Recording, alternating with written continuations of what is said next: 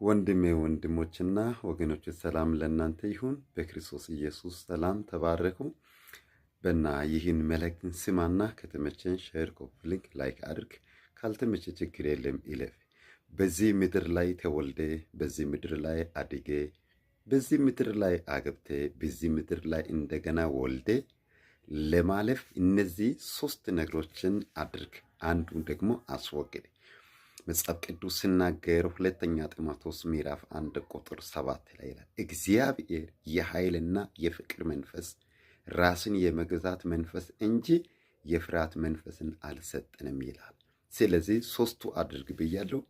ራስን የመግዛት የፍቅርን የኃይልን መንፈስ ተጠቅም።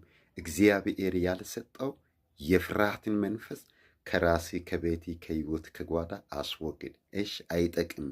ነገ ያታክታል፣ እንዳትሮጥ ያደጋል፣ ያስራል። እና ይህን ቃልን ከተጠቀምን ተባረኩ።